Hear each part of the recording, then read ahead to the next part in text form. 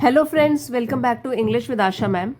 देखिए, हम सब जानते हैं पढ़ाई का हमारी लाइफ में क्या इम्पोर्टेंस है, लेकिन साथ ही भूल जाते हैं खेलों का भी उतना ही महत्व है। तो आज इसी के ऊपर हम पैराग्राफ की रीडिंग करेंगे, importance of games and sports. खेल कूद का हमारी लाइफ में क्या इम्पोर्टेंस है, क्या महत्व है। खेलों का महत्व। तो आइए पैराग्राफ की रीडिंग करते हैं और अच्छे वर्ड मीनिंग सीखते हैं। सेंटेंस स्ट्रक्चर में जो भी ग्रामर होगा वो मैं आपको बताऊंगी। The difference between sports and games is that, difference means अंतर, बिटवीन मतलब दो चीजों में क्या अंतर है। जब दो चीजों की बात हो रही होती है तो हम प्रेपोजिशन बिटवीन लगाते हैं, और दो से ज्यादा होता है तो हम अमंग यूज करते हैं। यहाँ पे है दो चीजों के स्पोर्ट्स और गेम्स में क्या अंतर है।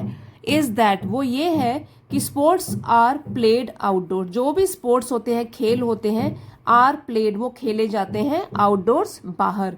तो जो भी स्पोर्ट्स हैं वो कहाँ खेले जाते हैं, बाहर। एंड गेम्स, और जो गेम्स होते हैं मेनली इंडोर्स। मेनली मीन्स ज्यादातर, और इंडोर्स मतलब अंदर। तो ये ही एक डिफरेंस है स्पोर्ट्स और गेम्स में, कि स्पोर्ट्स तो है वो आउटडोर्स बाहर खेले जाते हैं, और गेम्स ज्यादातर अंदर खेले जाते हैं।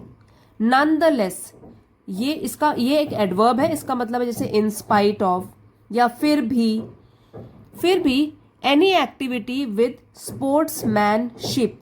एनी एक्टिविटी, कोई भी गतिविधि, कोई भी काम, विद स्पोर्ट्समैनशिप, जो कि खेल की भावना के साथ हो। तो जो भी गतिविधि हम करते हैं जिसमें कि खेल की भावना हो, that stimulates our brain and body.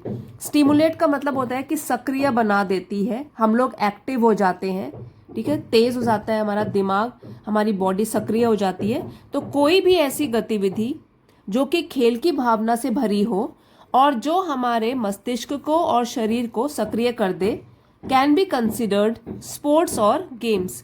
तो वो मानी जा सकती है कि वो खेल कूद है, या स्पोर्ट्स है, या गेम्स है। नॉनदलेस, फिर भी, any activity with sportsmanship that stimulates our brain and body can be considered sports और गेम्स। फिर भी एडवर्ब है, कोई भी गतिविधि जो कि खेल भावना से भरी हो और जो हमारे दिमाग को, हमारे शरीर को सक्रिय कर दे, तो उसको स्पोर्ट्स या गेम्स माना जा सकता है। The importance of engaging in such activities. Importance means महत्व, और एंगेजिंग है शामिल होना। सच एक्टिविटीज, ऐसी गतिविधियों में, helps us in numerous ways. इस लाइन में जो हमारा सब्जेक्ट है वो है इम्पोर्टेंस ऑफ एंगेजिंग, कि इन्हीं गतिविधियों में शामिल होना। तो इसलिए हमने यहाँ पे हेल्प्स लगाया है, सिंगुलर है, यहाँ पे सिंगुलर वर्ब यूज किया गया है कि ये इनका महत्व जो है ऐसी गतिविधियों में शामिल होने का। हेल्प्स वो मदद करता है हमारी, इन न्यूमरस वेज, कई तरीकों से हमारी मदद करता है। फ्रेंड्स, आप बीच में आपको कुछ आवाज सुनाई दे रही है, कंस्ट्रक्शन वर्क चल रहा है, तो please ignore the background sound. By playing one can always stay fit and healthy. By playing, खेलकर, वन, कोई भी जो गेम्स और स्पोर्ट्स खेलता है, वन कैन ऑलवेज स्टे, तो कोई भी रह सकता है, स्टे मीन्स रह सकता है हमेशा, ऑलवेज हमेशा, फिट एंड हेल्दी वो स्वस्थ रह सकता है। जो भी स्पोर्ट्स और गेम खेलते हैं तो आपने देखा होगा वो लोग ज्यादातर फिट रहते हैं और एक्टिव रहते हैं। तो जो भी गेम्स खेलता है वो हमेशा फिट और हेल्दी रह सकता है, स्वस्थ रह सकता है। Both mental and physical health. Mental means मानसिक तौर पर, दिमागी तौर पर, और फिजिकल है शारीरिक तौर पे। तो बोथ, दोनों, मानसिक मस्तिष्क से रिलेटेड और फिजिकल शरीर से रिलेटेड हेल्थ, स्वास्थ्य, इज एनहांस्ड, वो और भी बेहतर बनता है। When we play a sport, जब हम कोई भी स्पोर्ट खेलते हैं, कोई भी खेल खेलते हैं, तो हमारे मस्तिष्क का विकास होता है और हमारे शरीर का भी विकास होता है। आवर मसल्स आर स्ट्रेंथन्ड, स्ट्रेंथ से बना है, ये है स्ट्रेंथन्ड। तो हमारी जो मांसपेशियां होती हैं, मसल्स होती हैं, वो भी और मजबूत बनती हैं। ब्लड फ्लो इज मेंटेन्ड, और जो रक्त का प्रवाह होता है हमारे शरीर में, ब्लड सर्कुलेशन होता है, वो भी बना रहता है ढंग से। And our stamina is boosted, और हमारा स्टेमिना मीन्स सहन शक्ति, तो हमारे सहन शक्ति की भी बढ़ोतरी होती है, उसमें भी विकास होता है और बेहतर बनता है। और स्टेमिना हमारी सहन शक्ति भी बढ़ती है when we continuously play a sport, जब हम लगातार कंटिन्यूअसली, एडवर्ब है ये, प्ले खेलते हैं कोई भी स्पोर्ट। देखिए यहाँ पे जो प्ले है वो तो वर्ब है, वर्ब के बारे में वो बता रहा है कि कैसे खेलते हैं कंटिन्यूअसली, लगातार, ये एडवर्ब है। और जो एडवर्ब्स होते हैं वर्ब की विशेषता बताते हैं और भी। तो हमारी क्या क्या फायदे होते हैं? मसल्स आर स्ट्रेंथन्ड, हमारी मांसपेशियां मजबूत होती हैं।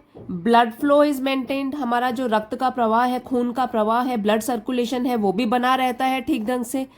आवर स्टेमिना इज बूस्टेड, हमारी सहन शक्ति जो है वो भी बढ़ती है अगर हम लगातार कोई भी गेम खेलते हैं। Similarly we can avoid stress and anxiety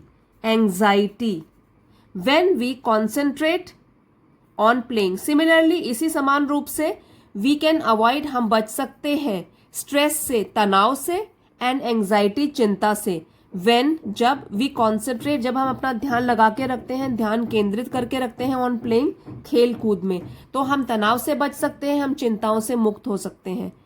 it also improves our concentration, तो ये इम्प्रूव मीन्स और भी बेहतर बनाता है हमारी कॉन्सेंट्रेशन, ध्यान केंद्रित करने की शक्ति को और तेज बनाता है। And focus in a significant way, एक बहुत ही महत्वपूर्ण तरीके से ये ध्यान को केंद्रित करने में और भी बेहतर बनाता है। मोर ओवर, इसके अलावा, अभी तक हमने जो बात की है फायदों की, उसके अलावा भी we are always physically active, हम हमेशा रहते हैं शारीरिक तौर पर सक्रिय। If we engage ourselves in sports, अगर हम अपने आप को व्यस्त रखते हैं, आवरसेल्फ, हम अपने आप को एंगेज, व्यस्त रखते हैं इन स्पोर्ट्स, खेल कूद में। नॉट ओनली दीज बेनिफिट्स, न केवल ये फायदे या ये लाभ, वी कैन ऑल्सो इम्प्रूव, हम सुधार सकते हैं, कैन, सुधार सकते हैं, आवर लीडरशिप स्किल्स, अपने नेतृत्व की कौशल, नेतृत्व का कौशल। जब हम गेम्स और स्पोर्ट्स खेलते हैं तो शारीरिक तौर पर तो हमारे में बदलाव आता ही है, हम काफी एक्टिव हो जाते हैं, स्टेमिना भी हो जाता है, लेकिन और भी जो क्वालिटी होती है वो है लीडरशिप क्वालिटी, ठीक है, नेतृत्व की भावना और भी बढ़ती है, सुधार आता है।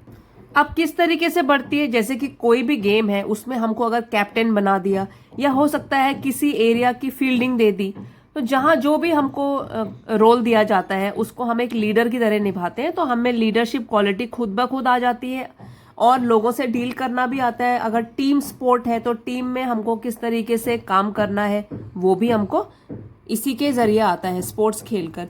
And learn to fit in a team, और लर्न, हम सीखते हैं किस तरीके से शामिल होना है एक टीम में। हम ये भी सीख जाते हैं अलग अलग लोगों के साथ किस तरीके से डील करना है। तो एक तो लीडरशिप क्वालिटी हम में आ जाती है और हमको टीम स्पिरिट भी आ जाती है कि किस तरीके से टीम के साथ मिलजुल कर गेम खेलना है अपनी टीम के साथ। Discipline and responsibility are two qualities. Discipline means अनुशासन और रिस्पॉन्सिबिलिटी है जिम्मेदारी, आर टू क्वालिटीज, ये दो गुण हैं। When we stick to games and sports, जब हम जुड़े रहते हैं, स्टिक टू, जुड़े रहते हैं गेम्स और स्पोर्ट्स के साथ, तो हम में अनुशासन भी आ जाता है और जिम्मेदारी की भावना भी आ जाती है। अब ये किस तरीके से आती है? देखिए, जो भी स्पोर्ट्स और गेम्स खेलते हैं पहले तो उनको अपने डाइट का ध्यान रखना पड़ता है, टाइम पे सोना, टाइम पे जगना, टाइम पे प्रैक्टिस करने जाना, तो डिसिप्लिन अपने आप आ जाता है, ठीक है। डिसिप्लिन हर एक क्षेत्र में बहुत इंपॉर्टेंट है। तो अनुशासन की भावना आती है और एक रिस्पॉन्सिबिलिटी, जब हम अपनी टीम के लिए रिस्पॉन्सिबल होंगे, अगर टीम गेम खेल रहे हैं, इंडिविजुअल गेम खेल रहे हैं अगर अपने लिए, तो उसमें भी हमको जिम्मेदार बनना पड़ेगा। तो ये जो दो क्वालिटीज हैं, दो गुण हैं कि अनुशासन में रहना और जिम्मेदारी की भावना, ये दोनों क्वालिटीज और गुण भी आ जाते हैं जब हम जुड़े रहते हैं स्पोर्ट्स या गेम से। ही इस पैराग्राफ में बताया गया है कि खेल कूद का भी हमारी लाइफ में उतना ही महत्व है जितना कि मेहनत करके पढ़ाई करना।